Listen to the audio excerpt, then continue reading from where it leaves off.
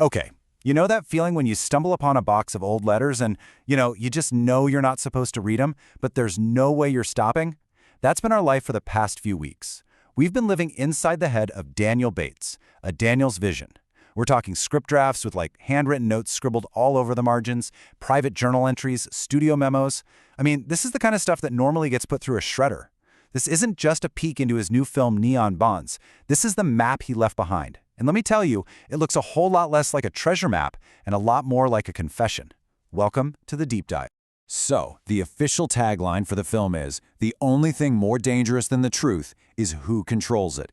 And after everything we've read, that line just lands in a totally different way. Seriously, this isn't just some clever marketing copy they cooked up. It feels like a mission statement. It's the central question of the entire movie, and, maybe, the central question of the man who wrote it. In the world he's building, truth is basically currency. But the real question we found buried in his notes is, what's the exchange rate on a human soul? All right, quick housekeeping so we can get into the good stuff. Full transparency here. The Deep Dive podcast and our parent company, Neon Core Media, are totally independent. We have absolutely no official connection to Daniel's Vision, Daniel Lee Bates, Neon Vision Studios, V2V by D. Bates, 11/6 Music, none of that. You should think of us as journalists who just happened to find a diary. We didn't write it, we don't personally know the author, but you're damn right we're going to read it to you. Okay, let's start with the official story. The postcard version the studio wants you to see. Welcome to Las Dalnila. Just picture if Dallas, Manila, and Las Vegas had a baby, and then left it in a back alley. It's a city that literally feeds on pain. It's a place where your trauma isn't just a memory. It's basically your social security number. The IMDb page sells you this classic neo-noir setup, right? You've got your disgraced athlete, a mysterious dancer, the shady nightclub owner, crime, drama, thriller. You read that and you're thinking, okay, I've seen this movie a dozen times. But you haven't. Not this one. Because in Las Dalnila, the crime you see on the surface is just a symptom. The real disease is the wound. Every single character is bleeding out from something, and that is where the real story is. And here are your players in this tragedy. You've got Dash, he's the scapegoat carrying the weight of the city's guilt. Then there's Lux, the Blade, who is all about revenge. And then you have Dominic Keys Estrada, the nightclub owner. He's listed as the antagonist/ally, which is your first major clue that nothing in this world is what it seems. Officially, he's the architect of this whole dark world, and he's supposed to be the villain.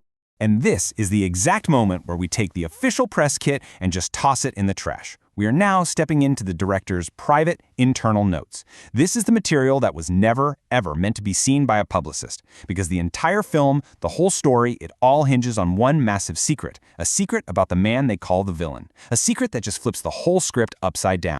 And there it is, straight from the director's notes. Keys is a martyr dressed as a murderer. So the guy that everyone in Las Dalnila thinks is this total monster who killed his own mentor to take over the city is actually sacrificing his own soul to protect that same mentor's legacy.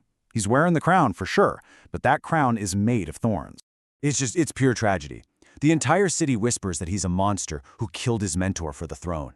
But the truth, which we only find out in this private, gut-wrenching scene, is that he was a coward. He froze. He let his mentor die. And he has spent every single day since then wearing the mask of a murderer, because he cannot stand to show the world the face of a coward. He literally says in one of the drafts, fear is a better currency than respect. He's funding his entire empire with his own self-hatred. It's wild. And that line basically sums up his whole philosophy.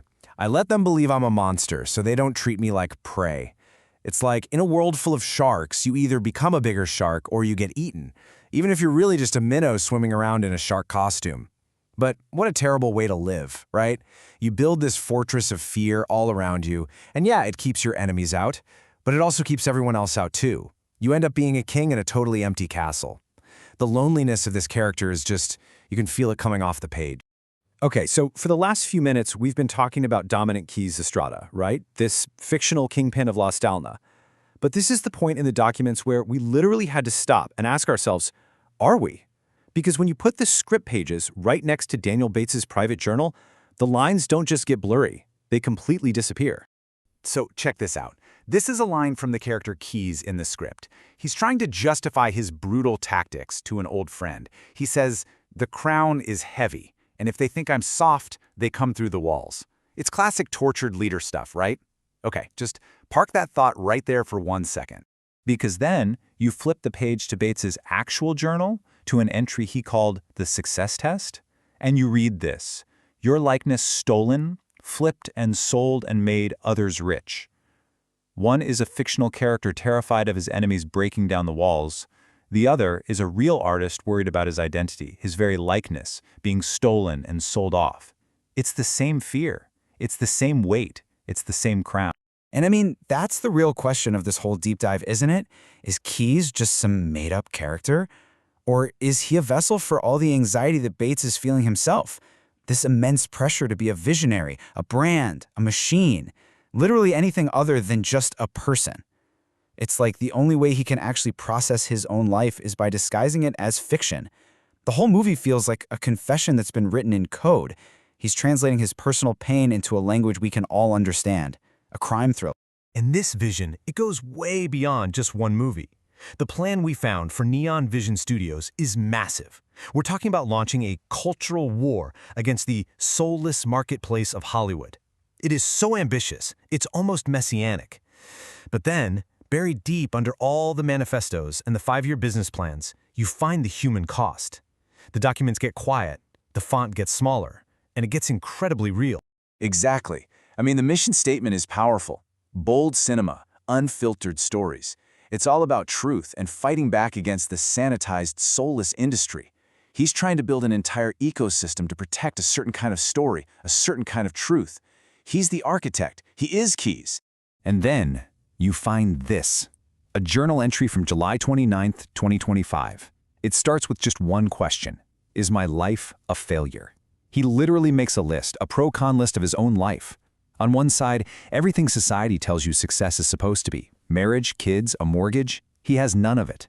On the other side, everything he's actually built, the art, the companies, the stories.